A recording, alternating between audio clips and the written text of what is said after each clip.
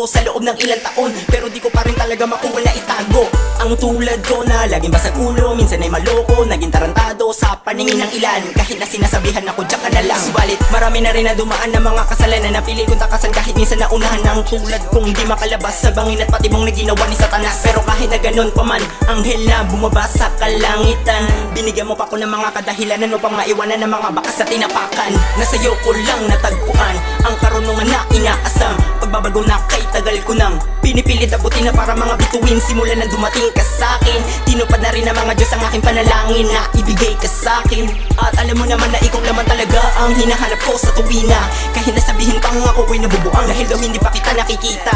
At eto na, isang beses ko na lang sasabihin to, merong anghel na gumagabay na nandyan lang sa paligid mo, sa paligid mo. Ang lahat ng tao sa mundo ay noon anghel nagbabanal nang kumapit sa'yo naman. Sa saya man o sa lumba, ang itinap ng maging gabay sa isang katulad mo upang makapagbago na. Lahat imutin na kasi nandito na ang anghel ng demonyo para magbago na.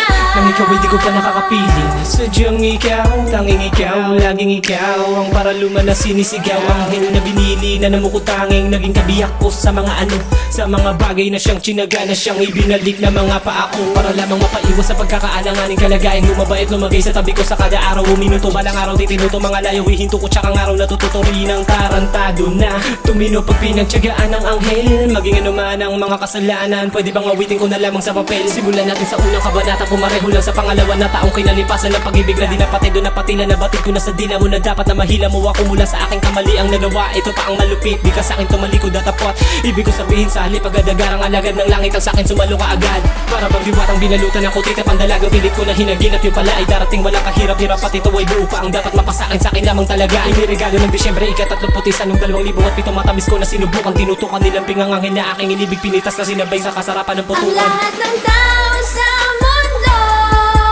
ay noon anghel nagbabanal nang kumapit sa'yo naman. Sa saya man o sa lumba, ang itinap ng maging gabay sa isang katulad mo upang makapagbago na. Lahat imutin na kasi nandito na ang anghel ng demonyo para magbago na. Hey, yeah. Listen to this. Yeah.